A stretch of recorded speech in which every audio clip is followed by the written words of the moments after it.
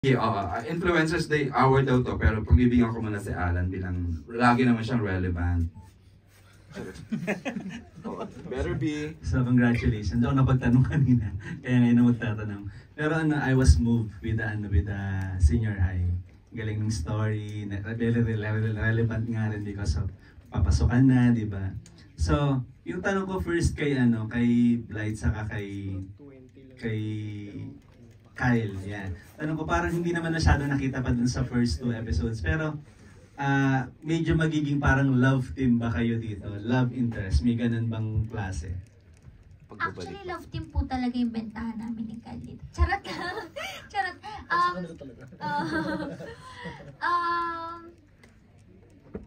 I think kailangan nyo na lang pong abangan. Kasi, it's more complicated than that. Oo, Thank you so much. Yeah, tulad po ng sinabi niya, marami pong abangan. But more than that, sabi niya po kasi kanina, pag-usap kami kasi we realized yung first scene po namin na hindi ko po alam kung napakita na, pero may eksena po kami na medyo seryoso na, as in nag-uusap kami tungkol sa nangyari, blah blah blah. We realized it's our first time for us to have that kind of connection through our characters after how many years of working together. Like, first scene namin na hindi kami nagpapakilig. Gets mo? Like, talagang yung eksena lang yung pinag-uusapan namin. Yun po. Yung intention kasi. Tapos po. Pero how is it working after, di ba, dun sa gintong, kagaya ng ginto, di ba? Ngayon na parang kayo lang dalawa this time, and then ano yung mga na-discover nyo pa sa isa't isa? Well, ngayon, syempre sobrang saya ko po nakasama ko si Kyle kasi trabaho ko ulit yung best friend ko, and hindi lang yun, like, nag-reconnect na din ulit yung friendship namin. And, masaya ako ngayon kasi nakita ko na kung gaano din nag-improve si Kyle. So, sobrang na-excite ako na makita kung ano yung mga nagbago na sa kanya. And lagi kasi sinabi ni Kyle, bago kami nag-taping, I'm so excited to work with you kasi now, I really can say na, I can act. Ganyan sabi na. Look, deserve naman yan, Kyle, kasi you can act. Come on. Be proud of yourself. I'm so proud of Kyle din po kasi sa mga na-achieve niya. Pero like, bago yun, napag-usapan din namin kasi nga parang gusto po namin ma-establish na yung sarili namin as a solo artist. So parang napag-usapan namin, of course, there's Kyle Drea. Sobra kami nagpapasalamat doon, pero if ever magkaroon po kami ng konting love here, love interest po for the story talaga, pero wala kami dito para maging love team. Kylos kasi talaga yung love team. Kyle, reaction. Yun. Tulad po ng sinabi. Actually, going back, thank you. Dami mo sinabi ito sa thank you. Then, lagi ko po naman sinasabi sa kanya, napakagaling ng artista. Actually, lahat naman po ng tao dito. But, lagi ko sinasabi sa kanya na hanga ako sa kanya, sa galing niya. Di lang sa pagiging artista, pero sa buhay niya, parang nagdala sa sarili niya. And I'm so happy to be working with her on this project. Nang may connection na talaga yung mga characters namin. Tulad ng sinabi niya, kung ano nakikita niyo po sa social media, kung paano po kami, yun, kami po yun. That's just how we are as friends. Di kami nagbibenta, like we're not trying to throw ourselves as a love team, but we want you guys to enjoy the show in however way you guys see it. So, yeah. Thank you. Yung last question ko for Cyril sa kay Sijan, yung dalawang child actors before. Ngayon talagang level up na yung kanilang mga eksena at character. So tanong ko lang, parang dito nakita namin na talagang parang love team kayo. Lagi kayong magkasama, lagi magkaakbay, di ba? Nakita din sa first.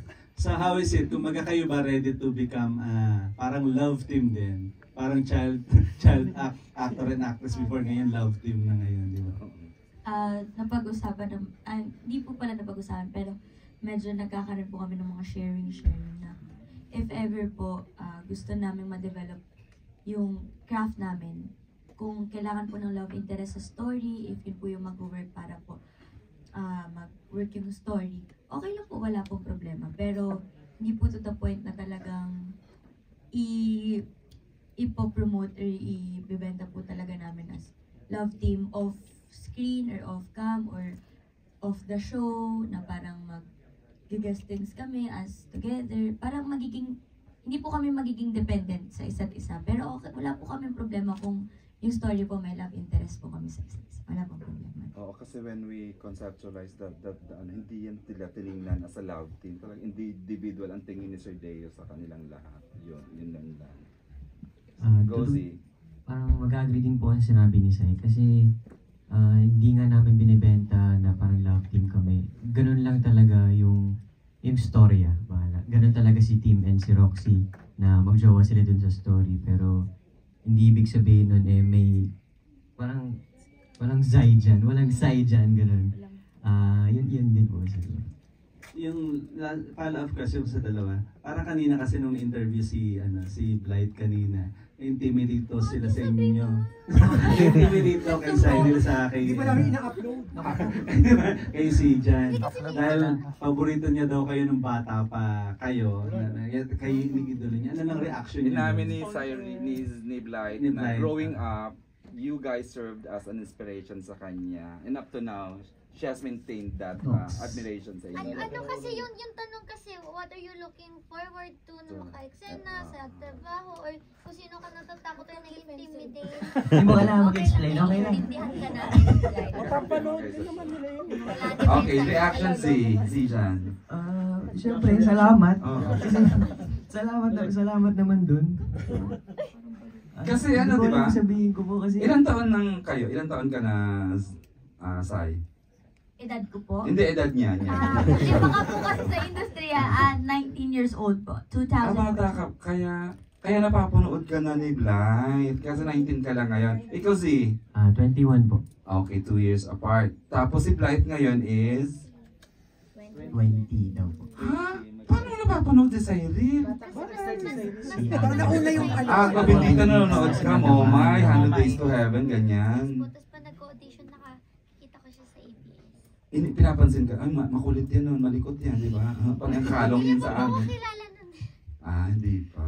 Pero sabi lang nung nakasalubong ko siya sa ABS, sabi ng mama ko, Blight, gusto ko maging ganyan ka din pala. Oh. Thanks, Tita Bella. God is so good, no? Everything's, you're living a good life now. Say reaction. Sai, reaction. Yung seryosong reaction. Dagdag lang po ako. Kasi hindi ko naman ina-expect na sasabihin ni Blight yun. Kasi pag magkaka-eksena naman kami, wala namang, parang pantay-pantay lang ba? Walang nagpapataasan, walang, parang, kung ano lang yung hinihingi ba ng eksena. Pero maraming salamat sa mga ganong pinagsasabi mo. Parang sinilaan yan. Alam mo, si ano yan eh. It's always been there sa thoughts niya. Very sa wrong thought choice niya. of words. At the back of her mind. Ngayon lang nagkaroon ng opportunity na masabi niya. Kasi andyan na yan eh. Andyan na sa kanya yan. Sinabi ko siya bilang, kasi alam ko dalawa yan sila, pinakamagaling na actor and Ayun. actresses sa generation na to. So, siyempre kayo.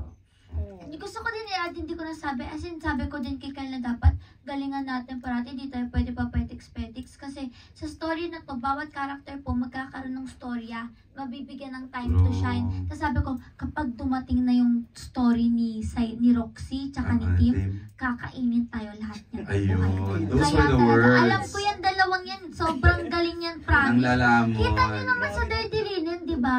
Laging trending si Cyril Ann Manabat at lagi akong proud sa kanya. Cyril Antal kompleto. No? Ganyan po yan, medyo hindi ko alam kung Ay, na. matraso ba ako. Sana tapusin natin tong issue to ha, kasi hindi tayo magagalap. Moving forward, charot. Oo, ayan. Okay na tayo ha? Okay na. Hindi ko. Sagot na. Kasi Madaldal po, pero hindi ko po. taratid. Ano po, lagi naman pong vocal si Blight about dun. Parang kahit hindi po sa interview or sa harap ng press, lagi niya po kaming pinupuring ganun. Pero lagi rin naman po namin pinaparamdam sa kanya na wala po siyang intimidation na kailangan ma-feel. Kasi andito po kami as co-actors, as her friends.